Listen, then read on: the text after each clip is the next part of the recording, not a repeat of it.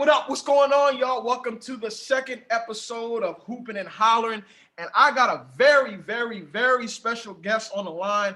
I don't normally take credit for when I help produce players. It's like, no, I'm just kidding. But no, like, no lie. No lie. I really had an opportunity to grow with this young man. He was with me during my coaching stint. Got a real chance to just help see his greatness blossom before our very eyes. A phenomenal young man, phenomenal basketball player, and who is now going on from what the high school ranks was to Division I basketball. Now he's playing professionally in Brazil. I'm super honored because this is my bro. I don't consider him a student or a coach or a player that I coach. Like, this is my brother, y'all. So I want you guys to welcome my man, number 25, Eric Laster, y'all. Give it up for my man. What's going on, E-Money? What's going on? What's E-Money. going on? Before we get started, I'm trying to please tell these folks that I was definitely giving y'all work when y'all was in high school. I was definitely. Here you go, hyping yourself up, bro.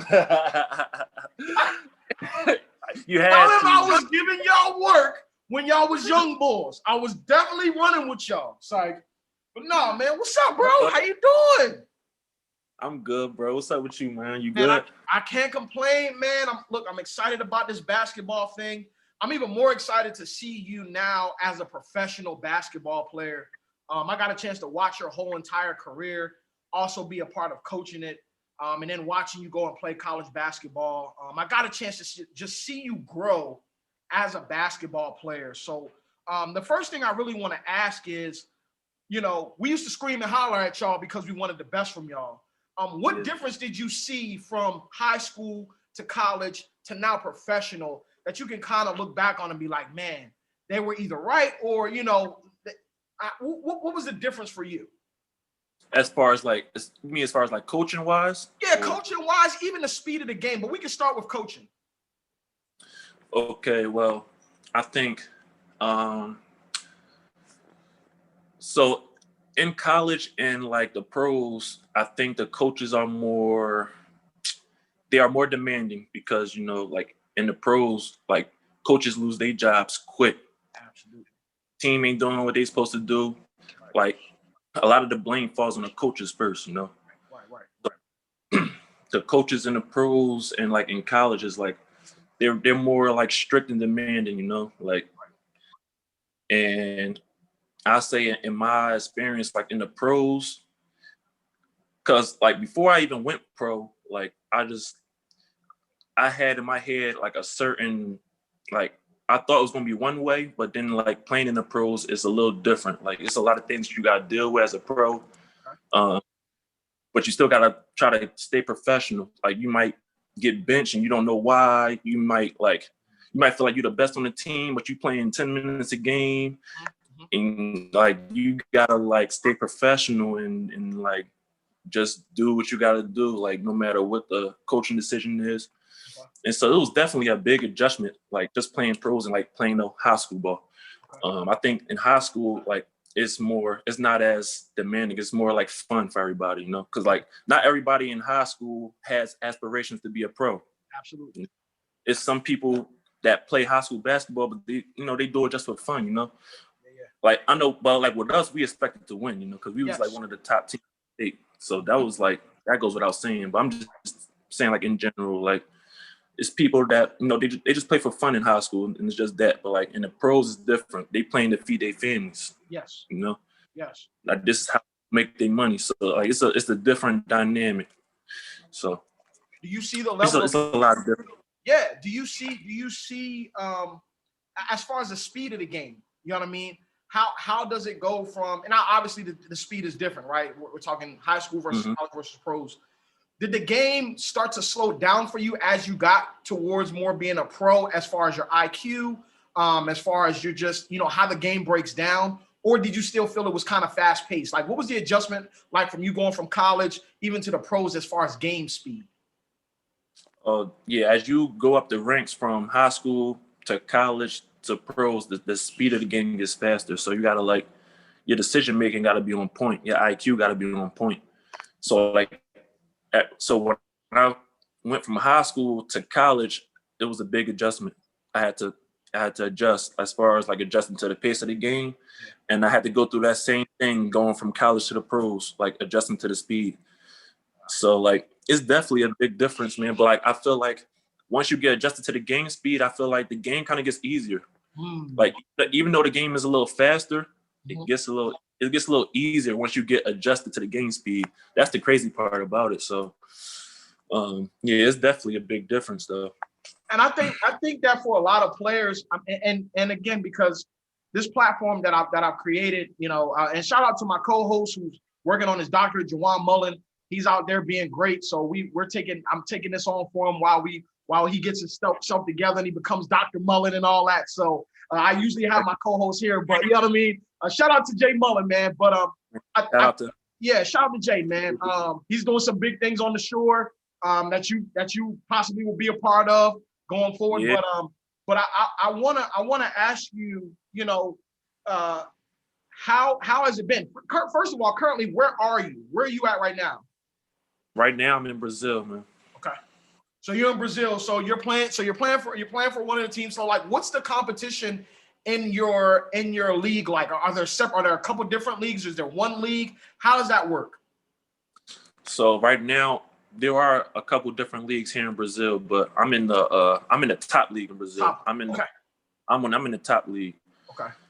But there's it's many different leagues here. Like you got like they do like state tournaments here because like here in Brazil they got different states and they each have a tournament in their own state. Gotcha. That's like the smaller leagues. But then you got like the second division where it's just teams from all different states. They come together and play in one league, but it's second division. Gotcha. And it's pretty much the same thing in the first league. You got like teams from different states, but like it's the best teams in Brazil. So, gotcha. And we all in the first league. And so like I'm in the top league in Brazil right now, and I'm playing really well, man. I'm top 15 in scoring right now. I think top 15 or top 20 scoring right now. I'm trying to pick that number up though, because I remember when like I got to this team, they was already like 3 games in, so I was a late addition to the team, gotcha. And like I started off coming off the bench, like playing like 15, 20 minutes, and now I'm like playing pretty much the whole game now. Wow. And so yeah, so like I earned my spot on this team, and I'm playing really well, man. Like, good. And I know that for you had a lot of expectation coming out of high school. And there was a lot of pressure on you to win, as we were talking about in high school. Do you think that pressure kind of helped you as you develop going forward, just knowing that, hey, I know there's a lot of pressure, but at the end of the day, I got to go out and play my game? It helped me a lot, man. Like, it helped me mentally, like how to deal with pressure. Because like not everybody know how to deal with pressure. Like, sure, some people fold under pressure. Some people turn into diamonds under pressure, Right. And so like for me, pretty much I had to kind of it told me how to deal with pressure. Like for me, I don't really look at it as pressure anymore. Like to me, there is no such thing as pressure. Like I just go out and do my thing. Like I'm fearless. I don't really fear anything. I just go out in the court and just like I just do what I'm supposed to do. And like I prepare a lot. I train a lot, and so I just pretty much just trust my preparation, and then like whatever happens, happens. So I don't really look at it as like pressure anymore. But it took me a while to get to that point mentally, like at first, like some people that think too much, they may like overthink in pressure situations. And like for me, I keep my poise under pressure, and I try to like just stay in the moment and just like do what I'm supposed to do, and then like whatever happens, happens. Like, right. If I make a shot in the clutch, I make the next one. If I make it, good. I just look at it that I don't really like. Yeah, short-term memory, because there's so much of the game that goes on, right? And that was another one of the things that I look to kind of try to impress upon you guys as youngsters is like, yo, like don't like take it serious, but don't take it too serious. You know what I mean? Like learn how to move on to the next play. You know what I mean? Don't allow a mistake, don't allow something to cost you or get you in a mental headspace where you can't now, you can't physically perform now because you let the last play get into your mind and you're harping on that. But moving forward, you know what I mean? having short-term memory is one of those things, man, that we try to impress. So let me ask you this, because this game still haunts me, man. I ain't gonna lie. Our last game together, man, that game still haunts me, man. What did you learn from that last game in your senior year of high school that kind of helped you as well get prepared for college and the pros? Man, that last game, man, it taught me a lot of things. Like, that loss hurt a lot, man. We could have won the championship. That could have won. I wasn't gonna say it, but I'm just saying, bro. Like, I think about that all the time. Yeah, I do, man. But you know, I think one of the lessons that I learned is just that take everything as a lesson. You gotta take everything as a lesson. Don't over sulk about losses and stuff like that. Like, not every loss, like every loss can be a lesson. I just look at it like that, you know. And then like I just try to grow from losses and defeats and stuff like that. Yeah. You know, if I just kept looking back, you know, with regret, I think that would affect me a different way. But now I just look back on it as just a learning lesson, you know. Yeah. Like, I wasn't the perfect player back then. There was things that I could have done better in that game, but all you can do is move forward and grow, you know. So that's pretty much just how I look at it, you know. I can't be stuck in the past too much. You just got to grow and learn. That's pretty much all it is. Yeah. And so I want to when I think about oh, man, it hurts, bro. I still think about when we was in the locker room, bro, and I had you gripped up, bro. I'm like, man, like, yo, like, baby, you're going to be all right. But, man, I wanted to play more because it was just like the team we had was just so phenomenal. And I actually want to speak to that. I want to speak to Coach Pierce a little bit and kind of what he meant to your high school career. And looking at all the professional players and D1 players that he's produced, man, how did it feel for you to come through that program and just kind of go through that, being a tops in the state, being a top player in the state? How did that kind of help you as well? But more so, what was that experience like for you going through a program like that in high school? Man, I could speak so much about this topic. Right. So like, Coach Pierce, he was a major influence on my career as a basketball player. From day one, when I got there, like, we had a whole lot of talent. Like, when I first got to Polytech, we had a whole lot of talent, man. Mm-hmm. We probably one of the biggest teams in the state too. Like, I remember it was me, A. Miles, Kendall, Quentin, Isaiah. Man, we just had so much talent, man. Yeah. Like, even though I was a freshman, like, I can tell, like, Coach, he had like so much like trust and confidence in me from day one, you know. Yes. Like, yes. I never played junior varsity, so I went straight to varsity my freshman year. Mm-hmm. So like, from day one, man, he always like had that trust in me, and like, to me, like, that's really important. Like, when a coach like has like confidence in me, that's huge for me, you know. Okay. Like, when a coach doesn't have as much trust in me and all that stuff, that kind of like, it used to get in my head a little bit. Right. Like, it did used to get in my head, but like with him, man, I didn't have to go through that. And that was big for me, man. And then like my experience, like my freshman year and sophomore year, just playing with the older players like Anthony Miles and all them. I learned so much from them, like just practicing with them every day and all that. They were cool people too, man. We like, to this day, like, we still cool. Right? still keep up with Cash. Yeah. To this day, like, we all still cool. And then like, I remember like my junior year, I just blew up. Like, I became the top player in the state after my junior year, and like, I didn't expect that at all. Like, my junior year, I was just hooping. I was just like trying to win games and just playing artists. And next thing you know, I'm first team all state. I'm like, wow, like, I did not expect that at all. And like, I guess everybody else around me, like Coach Pierce, like, everybody seen the potential in me, but I didn't really see it in myself, like how good I could really be, you know, at first. And it wasn't until like that junior year after I won first team, I'm like, dag, like, I'm good. I'm really good, you know? Yeah. And like, you need people like that around you that, like, even when you don't see it in yourself, they believe in you, you know?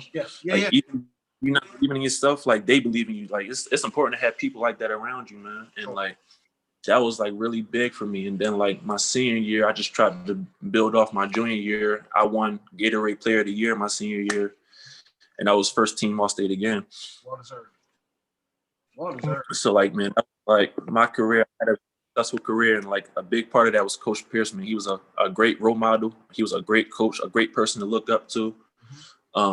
He was really laid back, you know. Alfonso, they was the guys that was like, Yes, sir. He was just like, shout out to Fonz, getting our man. face and all that. Yeah. Shout out to Fonz. Shout out to Fonz. Them practices used to get heated, boy.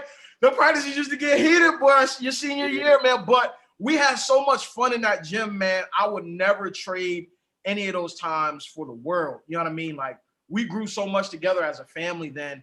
And even in my experience, you know, shout out to Coach Pierce again for giving me an opportunity, you know, to coach, you know, JV at the time when you guys were on varsity. So we spent a lot of time together, really trying to help groom you guys and just seeing all of the, forget the state, forget the Bob and all that, but just looking at how many of you guys have gone on to play college basketball and professional basketball. You know what I mean? That to me is a testament, you know, again, of the greatness that you guys had around you and the things that you guys brought to the table. You had one, if I could go so far as to say, you had one of the best mid-range games that I had ever seen for a high schooler. That was something that I always kind of marveled at when I watched you play. You could attack the basket, you could play around the rim and above the rim, but cats couldn't stop you in the mid-range game. Can you kind of tell me where that came from? So like growing up, like I remember like before, like, so I grew up in Philly, right? Like before I came to Delaware when I was like 13, going into my 7th grade year. Mm-hmm. But before that, I was living in Philly, and I used to always watch Allen Iverson on television. Okay. I'm talking about I watched all his games, like his always on my television. Right. And I don't know, like if you really pay attention to Allen Iverson's game, he was really good at the mid range. Like he used to always come off them screens and pull up from mid range or something, like, or he'll get to the basket. But his mid range game was crazy. Sure. So like it started with him, and then like after that, I started to watch Carmelo Anthony. He was another player that I just really like studied a lot, and his mid range game was crazy as well. And so like a lot of my game was pretty much centered around Carmelo Anthony, and like I used to watch KG too, Kevin Garnett. He was another one that I watched all the time. So like I used to watch them, and they was all like killers in the mid range. And so like I guess I kind of picked it up from them. I really love the Carmelo Anthony's game, man. Right. Like Carmelo Anthony, he was a beast. Right. And I wanted to be a scorer like him. So like that's pretty much where it came from. And you did that because your height and your size, how tall you were in high school. Were you like 6'3", 6'4"? Were you 6'5" in high school? How tall were you in high school? Like my senior year, yeah. 6'5", right? I was like 6'5". 6'5", right? So to see somebody like that, normally in our league and where we were at, 6'5", he was automatically in the post as a big man. No questions asked, right? It was, you know what I mean? And it was very rare that you saw somebody with that type of talent in the mid-range, right? Another player that I looked at like that was Tyshawn, you know what I mean? Tyshawn Bell, who's another great mid-range player. Ty Beasy, man, like, yo, one of the smoothest games, right? But could play around the rim and above the rim, you know what I mean? But his mid-range game is where he hung his hat, man. And so I always marveled at that part of your game, just watching you take jumper after jumper and not miss, you know what I mean, in a game, or just dominate literally in the mid-range game and pulling their bigs out and trying to make them guard you either in the mid-range or on the perimeter. So that way you put them in foul trouble. So that way that gave you the advantage, or even going to the line. You know what I mean? So I used to just marvel at that part of your game. And so I want to ask, is that still the basis of your game, or has that changed for you in any way? It has changed. Like my game is a little different now. Like, cause I had to like develop other parts of my game, you know, like especially like with being a pro. Yes. So like I had to learn how to shoot the three well, handle the ball, stuff like that. So like I kind of developed those parts of my game. And so like now my game is more balanced. Like I can score from anywhere now. Like I can go inside, mid range, or hit the three. Like it don't really matter. I just score from anywhere now. So like I work to be a all around player. I never wanted to be like that person where it's like they score only one way and then like it takes that away. Then what? You gotta be able to have options. So like that was just my whole thing. Like just trying to like be well balanced and like I always wanted to be able to score from anywhere on the floor. So like I really worked on my 3-point shot and my handle, and now I'm a true guard now. Like I can handle the ball, shoot the threes, drive, mid range. I can do everything now. So like my game has definitely like developed over the years. So yeah, that's dope. I want to say because you said something that was really interesting. You said I'm a true guard now. You said I'm a true guard because I know a lot in high school. Again, with your size and your height, they automatically sometimes try to push you to the box, right? To have you be that inside player. But knowing that, did you always have it in your mind? Like, and I know we used to tell you this too, but in your mind as a player, did you know like, yo, I'm not gonna be a big man when I get to higher levels? So this part of my game is something I need to really hone in on now. But knowing that when you got to those next levels, that you're gonna have to develop more of those parts of your game. Do you feel like maybe at any point anybody ever tried to force you to be a big man versus being the guard that you knew you would have to be at some point? So just two parts to that question. The first part, I'm gonna say, yeah, like my dad, he used to like tell me all the time, like, you need to work on your handle, work on your handle, work on your handle, because he knew like when you got to the college and the pros, like you gonna need that. So he always tell me all the time, like, work on your handle, work on your handle. Yeah. And so yeah, like I knew I would have to like work on other parts of my game. So like I always had that in my mind. Like I have to be like more well-rounded. I have to work on, my guard skills if I want to make it in the next level. So that was always in my mind. And then you say, was there anybody who forced me to play down low? When I first started playing like organized basketball, yeah, there were teams that like would make me play down low. I remember like my first AAU team I played on. I played with Coach Mosley. Rest in peace to Coach Mosley. Rest in peace to Coach Mosley. Rest in peace to him. Another giant, man. Shout out to Champ and James, man. Yeah, shout out to them. Love y'all boys, man. Yeah, man. Family for life. Yeah. Coach Mosley, he was another fundamental piece to my career as well, man. Because he was another person who seen the potential in me. Like, he seen that I can be something special. Wow. But like my first AAU team was with him. That was like after my 7th grade year. And I remember the year before that, I played in my first organized sports basketball league in Philly. I was playing in Philly. But I wasn't that good though, honestly. I was like, I was horrible. Like, yo, like, you don't understand, bro. Like, I was horrible. Like, I can't imagine you being bad at basketball, bro. Like, but I get it. I get it. But like in the organized sports sense, yeah, I was horrible. Like if I scored one bucket, like I was the happiest man in the world. Like I was not that good, bro. For sure. I used to be a football player, believe it or not. Like football, that was sport. Yeah. Wow. Okay. I didn't start playing basketball, like organized sports, until after my 6th grade year. Okay. And I was playing in Philly. I was playing in North Philly. And we was playing in this league. It's on Diamond Street. Diamond. And like I was bad. If I scored, like I was the happiest man in the world. Like I wasn't that good. And then like when I came to Delaware, I had met Coach Mosley, James, and them. And Coach Mosley, he had his AAU team. It was called God's Property. God's Property. Yeah.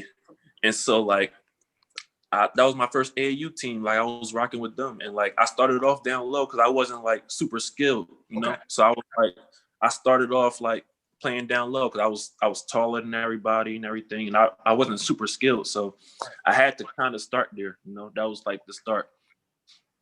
So that was like pretty much the only time where like I had to play like a big man, you know. Okay. But like in high school, like even though I was like taller than everybody, I was like athletic and skilled too. So I was kind of like a matchup problem at that position because like I can pull you out, you know, and score.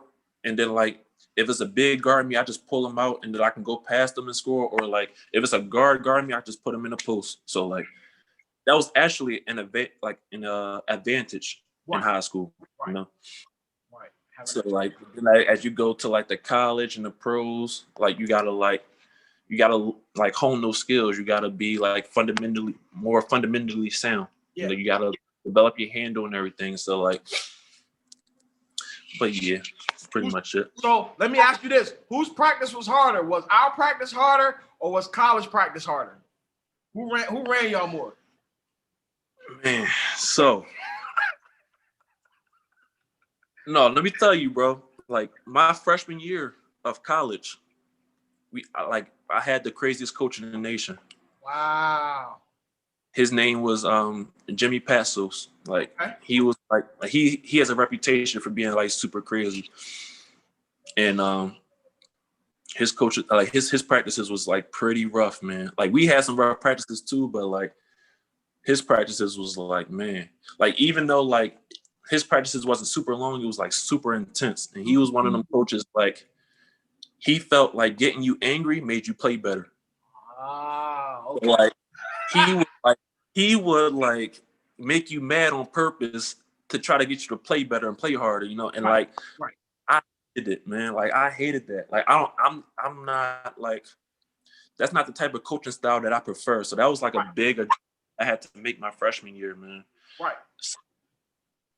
But at the same time, it did help me mentally too, because like I became mentally tougher after that, you know. Like just like, you know, him like dealing with him like yelling at me all the time and stuff like that. It did help me grow mentally, you know. Right. So like that was like, it was kind of a blessing in disguise. So like, yeah, I would say like, yeah, his practices was like a little tough. Yeah, it was tough, man. I mean, we definitely try to run y'all through the ringer, but I mean, I can definitely understand. But we were trying to prep y'all. And for us, we knew, you know, what we had, you know what I mean, and we knew what type of level that you guys were trying to go to. So it wasn't a thing of if y'all got to the next level, it was when, you know what I mean? So us just trying to prepare you for whatever it is. So I think now that I hear you saying I had one of the craziest coaches, is not too far from what Fonz used to be. You know what I mean? So no, it's not. Again, shout out to Fonz, man. Shout out right there, right behind him, bro. Yeah, shout out to my guy Fonz, man. Defensively sound, but super, you know, he definitely brought the intensity piece. So all right. So I mean, we've gone through a little bit of your career. I want to ask you a little bit about what you see now as a pro. Do you still have aspirations of going to the NBA, or are you cool with where you are now in your professional career? And when I say cool, I say, you know, is that something that you would be comfortable with doing, you know, if you don't make it to the NBA, or is NBA still the goal? Right now, the NBA is still the goal. Like if I can get to the NBA, that would be great. But at the same time, like if I don't make it there and I just like play overseas my whole career, like I would be fine with that too, honestly. Like to me, like from where I came from, like me playing overseas and having a very successful career overseas is like, that's a great accomplishment. Like, absolutely. It's great. Like not everybody can make it to the NBA. It's only a certain amount of players that can make it, you know? So like, to me, it's no shame if I don't make it, but if I do get there, like that's a blessing too. Like I would love to play in the NBA, like be closer to my family, being on TV in the States, like make deals. I need pops. I need tickets. You know what I mean? I need tickets. I need outside of pops. I need tickets. Shout out to pops. I need some tickets, baby. You know what I mean? I got you, man. No, but that's what's up though. So now that you're a professional overseas, how are you looking at the NBA? What did you think about the bubble and how they handled it? How does that differ from what you guys are dealing with over there right now? Is it different? Are you guys playing in that sort of situation, or is it still fans can come to the games and all that good stuff. How do you feel like that whole situation has played out? We're kind of in the same situation. So we're playing like, it's like bubble style. So what they do is like, it's like 5 or 6 areas all around like Brazil. Okay. And what they do is like, they'll have like 5 or 6 teams at a time go to these locations and play each other. Okay. Then like, they'll have like 6 other teams go to another location and play each other. And then so like they do it to like minimize the travel and stuff like that. So like people don't be just catching the corona all over the place. Right. But as far as the bubble in the NBA, I feel like they handled it really well. Like it's really hard to be like in one place away from your family for that amount of time. Like I've been away from my family for like more than a year now. So I already know what they've been through. Like I know how that feels like to be away from your family, not seeing your family, not like being away from your friends, feeling isolated, going through those things. Like I know how that can affect the player mentally. Yeah. And so like I gotta give like big props to LeBron and them for winning the chip, because like whoever would have won that championship last year, I feel like they overcame a lot of challenges and obstacles to win. So like I feel like what the Lakers did last season, that was great. Like that was a big achievement. Some people like try to take away from LeBron for winning because they feel like it was like an easy ring, but like it was not easy at all to do what he did. Like, right. Not, And most of the time that stuff comes from people that have never played professional or even played high school ball or even have played in that type of situation. You know what I mean? And it'd be that never played that never dribbled a basketball, that got the most to say. Just say anything. They just say anything. Ain't coached, ain't done nothing. You know what I mean? Yeah, you haven't done anything. Like you don't even know like what it takes to win a championship, period, let alone in a where you're away from your family and friends and stuff like that. Like it takes a lot of ice, blood, sweat, and tears. It takes a lot to win a championship, bro. It don't matter how you did it. It takes a lot, man. So like me being a professional, I understand that. So like I give props to the Lakers, man. That was big. Even the fans, though, not being there was a different dynamic, right? Because we know that in big games, again, I go back to that game, but momentum, you know what I mean? Fans play a huge role in momentum. And so for them to have to play just raw, straight up basketball, you know what I mean? For a lot of that, like it separated the men from the boys to me. So I don't know how people don't see how challenging a championship that was. But, you know what I mean? For me, it was just watching them literally gruel it out. There's nobody else in the gym, just your teams and the referees and the commentators, and that's it. Even the fans on the wall, the virtual fans, like it doesn't tell the same story of thousands and thousands of fans being in the arena, screaming and hollering and booing or yelling or whatever the case may be. So I would say, kudos to you guys on how you have to deal with that. It's definitely a different situation. I'm not used to it.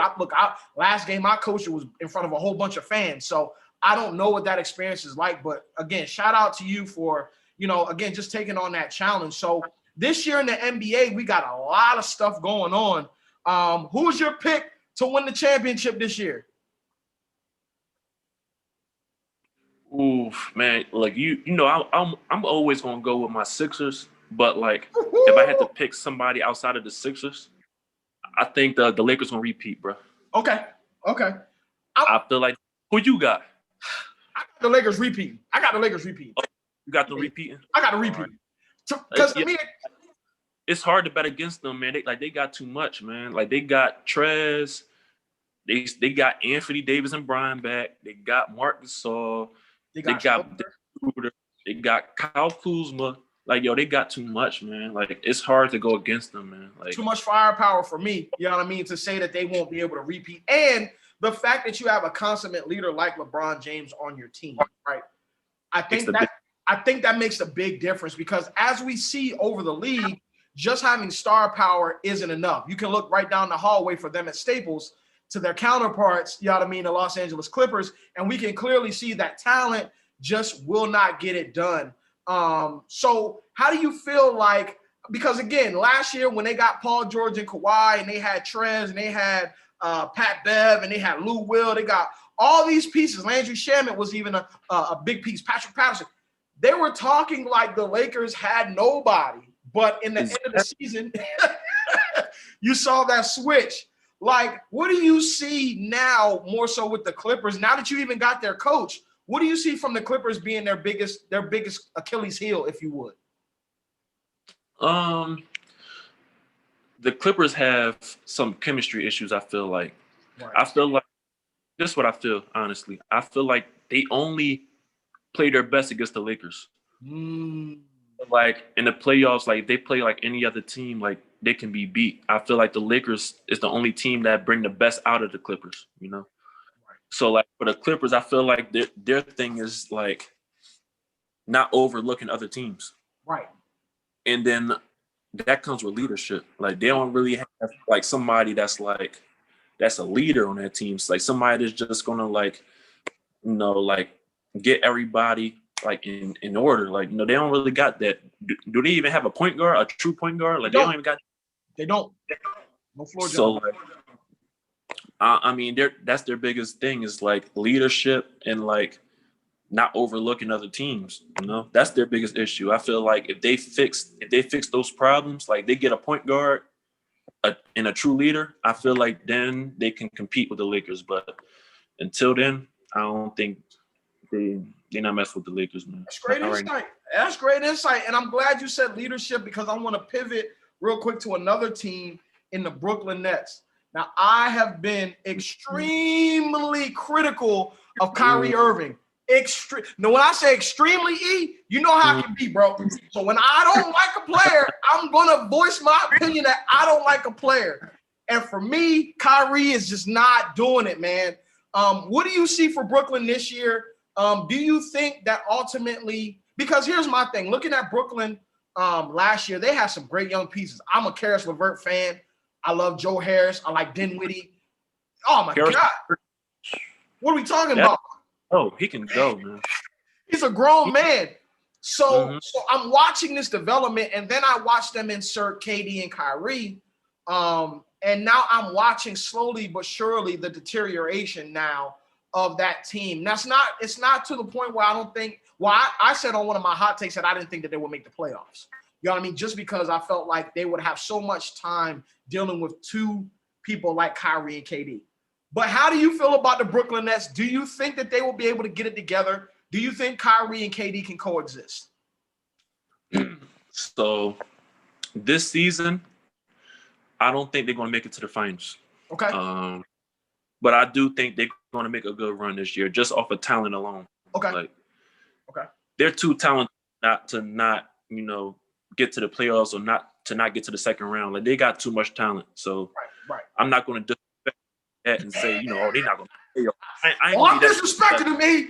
I'm disrespecting them, fam. I can't that disrespectful, bro. We talking about KD and Kyrie, bro. Come on. This is true. but Kyrie don't want to show up to the game, though. Yo, he skipped the game like just because he wanted to. He just said, "I ain't gonna play." That's what I'm saying, bro. Like, what type of leader is that? And my life, bro. Who's that? I wish one of y'all would have in high school. What? No, I don't feel like playing. Like, what? Yo, E, let me tell you something. We'd have probably been almost fighting. Too much for that, bro. He get paid too much to do that, bro. That's what I'm saying. So for me, it's like watching somebody that doesn't appreciate the game.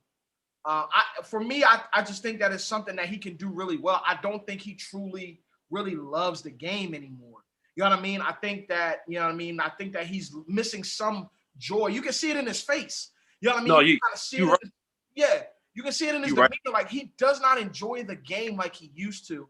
And I think that, but ultimately, I do think he brings a lot on himself. You know what I mean? Yeah. So it's just like, you know, but in this instance, they need him to be a leader. KD too. But I know KD just wants to play basketball. And just like you alluded to earlier, you know, you can't just do that. You have to be multifaceted when it comes to being a pro. So I'm hearing you talk, and I'm hearing your appreciation for the game. And this is not to cast any aspersions on them, but it's just like, they don't. I think sometimes when they get that big check, like they don't understand the magnitude of how much they really mean to the game. And I think that's again another reason why people cling to LeBron James so much is because he never shows this side. He never shows that side, or he's not appreciative of the game or those type things. So you as a pro, do you see that as being a problem for Kyrie going forward with him just not looking like he enjoys the game anymore? It could be a problem, bro, honestly, because I feel like to play at your best, man, you gotta be like enjoying what you do. Like I feel like to be the best at anything, you gotta have like some type of passion and love for it. Like you can't like be doing something with negative energy and expecting like it to be your best work. Like I'm a big believer in energy, so I feel like if you're doing something with love and positive energy, you're gonna get more out of that. Like you're gonna have better results. And so like I feel like him with that energy is gonna affect his team in a negative way. So I do feel like whatever he's going through or whatever he's dealing with, like he gotta like work through that and find a way to like work through that and get back to being like the Kyrie that we love, like the Kyrie when he was balling with Brian and got that chip. Man, I love that. That's my favorite Kyrie, dog. Like, yo, he was so free in those moments, bro. And he looked like he literally loved playing basketball. When he went to the Celtics and now this stint at Brooklyn, it just looks like the game isn't fun for him anymore. And he's trying to place a lot of that blame on the media. And this is like, the media is not going to ever help you be happy, bro. Like, you got to have that inside of yourself before you step on the floor. Bro, like he can't go look into like other things and people for happiness. Like that come inside, bro. Yeah. And I get it. Like not everybody likes the media. Like the media, like they can be grimy sometimes. They can like come up with stories and whatever. But like it shouldn't get you to the point where you hating basketball. Like first of all, like if somebody gave me hundreds of millions of dollars to play basketball, like ain't nothing making me upset. Like, I mean, whatever media want to hear, bro. Like, all right, y'all want to talk for an hour? We can talk for an hour. Like, bro. Like, I don't care. Like, you can talk to me as much as you want, man. I'm getting that check. And I'm gonna probably get some more because you're gonna take what I say and you're gonna use it in some other way. So it might get me an endorsement. It might get me other things. All types of stuff, man. He tripping. Like I'll be straight, bro. Man. I never understood that. I've never like I said, we understand how the media can be, you know what I mean, and how the media can portray certain things. But for me, it's just like at the end of the day, again, you've been blessed to be in this position. You know what I mean? Yeah. Thankful. Like God gave us this talent, even with me with music and what we're doing with content creation. Like God gave me these talents. So I'd be a fool to not appreciate them and not give it 150% every single time that I got the chance. You know what I'm saying? Because there's somebody that wants to be. Yeah. Like, so, I like that because like a lot of it is perspective. Mm-hmm. Like, two people can be in the same situation, but have two different perspectives on it. Right. And then in turn, they handle the situation different, Yes. Like we can both be in the NBA, or me and Kyrie, for example, we can both be in the NBA and like, okay, he hates the media. Right. And so like, all right, cool. But like, it's all perspective. Cause like I can be sitting there talking to the media all the time too, but I can be looking at it as, look, I'm getting a check. Like ain't nothing y'all can say to make me mad. And like, that's just my perspective on it. But to him, he takes it more personal, It's just all how you look at things and how you handle it, I feel like, and I feel like he can handle things a better way. And like, he can like, there's ways he can handle it to where as though the media won't be affecting him so much. Like he don't got to take everything so personal. Like, yes. Don't take it so personal, bro. Like they doing their job. Right. Like just look at it as the media is doing their job. It's not nothing personal. Right. Look at it as they're doing their job and I'm doing mine. And like, that's all it got to be. It don't got to be anything personal. Like, oh, they're attacking me, and it don't got to be all, bro. Like, it's all how you look at it, perspective, man. Like, you just got to understand he blessed, man. Like, just understand that you're blessed. There's a lot of people that look up to you. You're a role model to a lot of people, and just like if I was him, I would try to look at things in a more positive light. Like, because at the end of the day, we all control our perspectives, on things, and so It's crazy. That's great insight though. And you being your age and you having that perspective and that insight is really telling of the maturity that you've always had. You know what I mean? You're one of the players that I always look to as being, way more mature for your age, not only outside of basketball, but in the classroom and just in public, period. And credit your parents too, man. Shout out to Pops and Mom. Love your Pops, man. Your Pops one of the coolest Pops, coolest parents that I ever had to deal with. I mean, one of the smoothest talkers. He ain't loud. He's not gonna be loud, but he gonna be here, man. He don't gotta be loud. He ain't gotta be loud at all. But hey, you gonna know who he is because he's probably one of the tallest people in the building. You know what I mean? But he gonna see he got a beanie on. You know what I mean? If I stay with the beanie on, but always was just encouraging, and always showed us love. So that's a testament to you, and so credit to your insight on that, man. I know you said you're a 76ers fan, unfortunately. Unfortunately. Let's step on the bricks. hey. Unfortunately, you guys. I mean, listen. It's been a while since you guys have been of some promise, but I do like where you guys are headed. How do you feel about the direction of the Sixers going forward? How do you feel about Doc Rivers coming in and now kind of helping with Joel and Ben to kind of really, really bring those two relationship together and kind of start get a dynasty going, because you guys have the pieces. But how do you feel about the direction?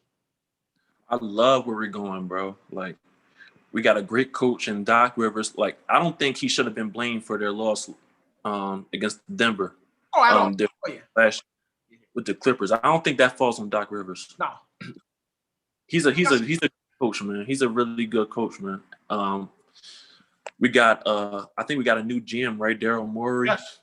Yeah, he does a good job in finding players. Like, that Steph Curry pickup was big for us, man. Yes. Steph Curry, he is like underrated as I don't know what. Like, he's really underrated. He's a big part of our team, man. I like the pieces that we got. I just want to see a little bit more growth from Ben Simmons. Like, if he develop a jump shot, it's no telling where we can go, man. So, like, that's the only thing I want to see is Ben Simmons just continue to grow. Joel Embiid continue to be a beast. Right. And then, like, just keeping the right pieces around them and the right coaching. And I just feel like as long as we got that, we got a shot to win it, like, every year. But all I want to see is just some growth from Ben. I just want to see him shoot a little more. That's it. But he's really understood, though. Like, people don't understand how good he actually is. Like, he's one of the top defenders in the league. Sure. He's 6'9", super athletic. He got a gift for passing. Like, he does a whole lot on the floor, man. But, like, if he just got that jump shot right, he'd be really different. I think that's God being like, you know what I mean? I gave you too much, and if I gave you a jumper, it would literally be unfair. You know what I'm saying? Like, yo, because for me, it's just like, bro, like, how is that not a part of your game? Because again, I'm looking at you, and I'm like, yo, like, even if he just had a solid or above average mid-range game, right? Just give me that. You ain't got to shoot threes. You ain't got to shoot threes for me, E. Give me a solid mid-range game that says, yo, if I pull you out here about 13, 14 feet, you better guard me. Like, you don't have to stand off on me, and you don't have to worry about me making the pass. Now you got to worry about me shooting the ball or driving past you. So I think that is one of the parts of his game that, really needs to become better for them to take the next step. If they take that next step, that's championship easy. Like, bro, I think he can shoot. It's just a mental thing, bro. Like, I've seen him, like, in warm-ups hitting jump shots and stuff like that. But, like, when it comes game time, he's scared to take the shots. It's like it's a mental thing, bro. He just got to get past that mental block. Yeah. And, like, once he do that, once he, like, really dedicate himself to just, like, grow as a player, like, you're not going to be the perfect three-point shooter, like, in the beginning. It's like, that's cool, bro. Like, just focus on growing and just becoming better, bro. Like, don't keep yourself in a box, Don't keep yourself, like, just doing what you've always been doing. Like, it's important to develop other parts of your game. And, like, he shouldn't be scared to do that. Like, somebody on a team should be on him, like, telling him, like, bro, shoot the ball. Like, his coach should be telling him, yo, shoot 1 3 a game. Start with that. Right. Shoot 1 3 a game. No matter what it looks like. Right.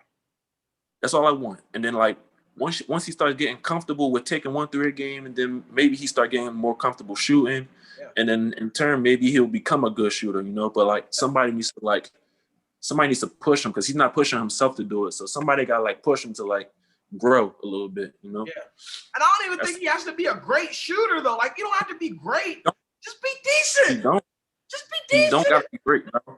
Like just shoot it, bro. Like, bro, look at Russell Westbrook, bro. Like he's not a great 3-point shooter, but like he will shoot it though. Like he will shoot it.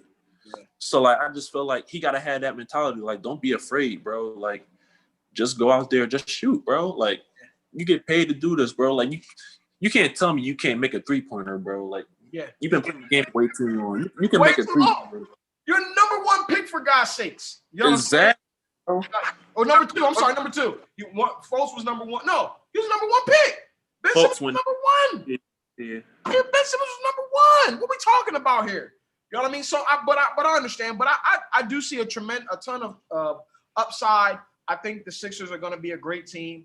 I'm gonna ask you a couple more questions because I know you just got out of practice, so I ain't gonna hold you too much longer. But LaMelo Ball, is he rookie of the year? Yeah. Hey, bro, like people ain't giving him his props yet, but he's not Lonzo. I tell you that. At all. Lonzo, like I think he's different. I think he's the real deal, man. I think is he even starting yet? I don't think he's starting yet. They're slowly increasing his minutes, which is good. I think is really good. Because I'm one of the ones that's like, man, get him on the court. Like he should be starting. But at the same time, I like this part because he's allowed to play more free right now. You know what I mean? Exactly. Like there's no pressure on him to always make the right play. Right now, he can just come in and get his and just going about his business. I think throwing that pressure on him might be a lot right now to be a starter, but I think he can and will be a starter here in the next couple weeks, though. Yeah, I love the way the team is handling him, man. Like they not just from day one. All right, you the franchise. Like I like how they're not doing that's too much. Just gradually work them in. Like okay, like because they already got some nice guards over there. They got Rozier, they got Graham over there. Right. But like just like learn the game a little bit, like gradually just work your way into the starting lineup. Like gradually build. Like don't make the mistake Lonzo did, where the team felt like he was going to be the franchise player from day one, and like Magic Johnson talking about his jersey going to be in the rafters one day. And all that was too much pressure, man. He's 19 years old, man. What are we doing? We ain't gonna do that, bro. Like we ain't gonna do that. Like, bro, just like play your game, learn the game, bro. Like I like the way they're handling him, man. And he's starting to play well. Like he's the youngest player to have a triple-double, ain't he? Double. I was about to bring that up. Youngest player to have a triple-double, man, and he's on his way. He's scoring more. He's already a great rebounder, too. That's another thing that I love about this kid. He is a great rebounder, which allows him to control tempo. I'm big on tempo. Get that ball off that board and go. Get to the middle of the floor and look at your options, right? So now he can become a passer. He has the shot that his brother don't have, which you're still trying to criticize, but I'm like, the boy can literally score. You know what I mean? Like from anywhere on the court. He can pass. He's a great passer, great court vision, great IQ. He gonna get Graham out of there. So you know what I mean? And I feel like LaMelo, he's playing in the perfect market too. He's not playing in a place that got like a whole bunch of expectations, like a New York or LA. Like he's in a place where he can just like do his thing, like just learn a game and like take his time. And so that's really good for him, man. Like that's good. I like watching LaMelo play, man. I really like watching him play, man. He brings a fresh energy, young energy to the game. You know what I mean? And I think he's gonna pull Charlotte out of that. He's not gonna be their total savior, but the things that they have around him, the Gordon Haywards of the world, the Terry Roziers, you know what I mean? Just even I like PJ Washington. I fool with PJ Washington. So those types of players that they can really kind of help develop around him. I think that's gonna be a good young team. They're gonna make some noise here in the near future if they keep progressing like this. Yeah, if they keep progressing like this, they're gonna be a good team in the near future. How you feel about Zion, man? What are you seeing from him in his second year as you see him start to grow more into his role? That boy is a freaking nature, man. Like I ain't never seen like it. Right. I felt because when LeBron came into the league, like he had the same questions as Zion. Like nobody knew like how long LeBron could sustain like his athleticism and everything. So Right. people thought like LeBron wouldn't be able to play as long as he's played. Like people thought like he will only play like 7, 8 years and he'll be done. But like that man played 18 years. Like 18 years. He looking like he's in year 5. And still the best player in the world, bro. Like that's crazy to me. You gotta respect it, E. And that point that goes to a point where you can't listen to what everybody on the outside is saying. You know, the critics are not, and the critics and the experts, they're not always right. Right. It all comes down to what's inside you. You know, whatever you want to make happen, you can make it happen. If you wanna, if you got the dedication and the drive, right, you like do whatever it is that you want. You can prove everybody wrong, and that's what Brian did. And I feel like if Zion got that same thing inside of him, yeah, have a long and healthy career as well. You know, if he got that inside him, it comes down to what's inside of him. You know, what he wants to do. Is he going to grow as a player? Is he going to develop the other areas of his game that need work? Or is he going to stay in that little box where he just, bullying people? Because if he's going to do that, that's not going to last too long. Because that athleticism is not always going to be there. Like even Bron, he's not as athletic as he was when he was young. He's still pretty athletic, but age is Father Time is undefeated. So like, if I him like, hopefully he got it inside of him, whereas though he knows what he wants. He wants to have a long, successful career, and he's dedicated and driven to having that. If he got that, he's good, Shoot. Hey, man, I like it, man. Hey, so tell the folks what's next for Eric Laster. Like, what do you have? What's next in your career? What are you trying to do? I know we talked about NBA, but, what's next for you? Is it to be picked up on another part of overseas, or what's the plan for you going forward with your career? Man, I plan on, if I don't go to the NBA, I just plan on continuing playing overseas. I always wanted to play in Spain. I don't know why, but if I stay overseas, I want to play in Spain eventually. I want to stay in Brazil for a little while too, because I love it out here. So yeah, I plan on playing ball for the foreseeable future, and then I'm just trying to get into like investing my money, right, and just making smart decisions with my money. So, because like I'm the type of person where it's like after I play basketball, I want my transition from basketball to life without basketball to be smooth. Got you. Like there's a lot of players there's a lot of athletes. Like after they done playing their sport, they go broke and all this other stuff. Yeah. I don't want that for me, Right. I want like when I'm done playing basketball, like I want it to be to where as though I'd have made like sound investments with my money. I'm good. I can transition to something else that I want to do and not worrying about, going broke and all this other stuff. Sure. That's what I want for me. So my focus right now is just, building that foundation. And then, just continuing to do what I love. And that's pretty much it, man.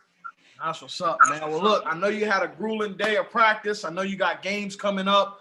I wish we could catch you over here, but hopefully, if God willing, they start airing Brazil games over here, man. Let us know, and we're gonna support you, man. It's so good. It's so good to see you, man, grow. It's so good to see you as a professional, man. I watched you grow from a high school stud to now being a professional grown man, and a professional basketball player. And I couldn't be more proud, man. I say it all the time to you in private, but I want to say it in public too, man. I couldn't be more proud of how you carried yourself from high school to all the way to now. You've done nothing but just exude what a professional really is. Even from our time in high school, you always, were a leader. And you always led by example, right? You didn't talk much. You know what I mean? You led by example. And I think that's shown in your career. So I just want to continue to give props to you. We'll continue to talk offline, but, I appreciate you taking time out of your busy professional schedule. I like saying professional basketball player because I mean, you know, I mean, I just feel I feel like I had something to do with that, even if I didn't. You know what I mean? I feel like I had a hand in that.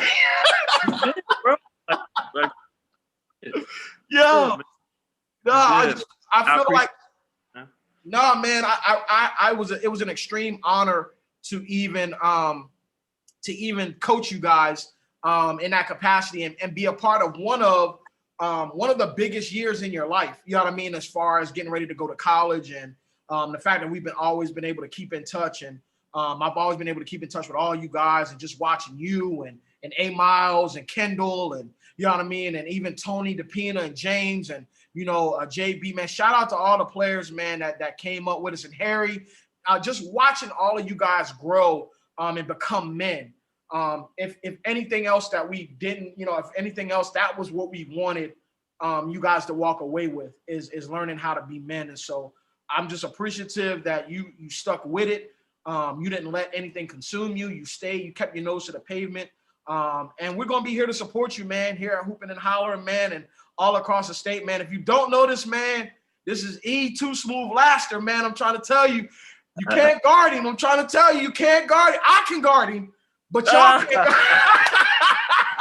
You just had to talk your stuff, huh? But y'all can't. Nah, man. But it's so good to see you and catch up with you, man. I'm glad you're enjoying your professional career, man. Keep at it. Keep being an inspiration. I'm sure we'll be able to collab on some projects, you know, when you come back on this side, and just to be able to get you more involved and more visible, man. People need to know who you are, man. So I'm gonna do my best to shed that light, man. And so, you know, I appreciate you being here. I appreciate you taking time out of your schedule to talk to us, man. And is there anything else you want to say to the people before we go, brother? Man, I just want to say thank you to everyone that's been a part of my life, and that everybody that helped me in some way, shape, or form get to where I am today. I appreciate everybody that was in my life that helped me get to where I am today. Like, I got to say thank you to everybody, man. I just appreciate everybody, man. And, shout out to God for always like staying by my side and getting me to where I am today as well. My parents, my friends, everybody who played a role in my life, man. Special shout out to y'all, man. Yeah, man. It's my man Laster, man. Hey, and bro, when I come home, like, we got a link, bro. What's up, man? We gotta have me on the show or something. We gotta do something, man. Man, all you gotta do is say the word. You always welcome here, baby boy. You always welcome here, man. Anytime you want to link, man, I'll mess around and make you a co-host too. You know what I'm saying? Hey, bro, holla at me, bro. Hey, when I'm home, I'm gonna let you know, bro. Let's do something. Man, let's do it. Hey, so y'all heard it here first, so we can't lie and say, nah, man, I can't do it. I'm too busy. I'm gonna pull this clip up and I'm gonna say, no. You told me. Yeah, I'm dead serious, bro. Let's do something, bro. Like, have me know something. For sure. I got you, bro. Listen. Man, listen, bro. Thank you so much, man, for rocking with me on this episode. We're gonna catch up soon. We'll get everything together offline. Y'all heard it here first, man. Elas is gonna be joining Hoopin' and Hollerin'. You already heard it. I'm already setting in this stone. You know what I'm saying? So, hey, man, listen, enjoy the rest of your night, man. Yes, sir. Enjoy the rest of your night, man. Get ready for that game this week, man. We're gonna be looking out for you, baby boy. Love you, man. Much love you too, bro. All right, kid. All right, man. All right, man. I'll talk to you soon. Yes, sir. Hey, this is Hoopin' and Hollerin'. Another episode 2, baby, with my man Laster, Too Smooth. Thank y'all for tuning in. We'll catch y'all next time. We out.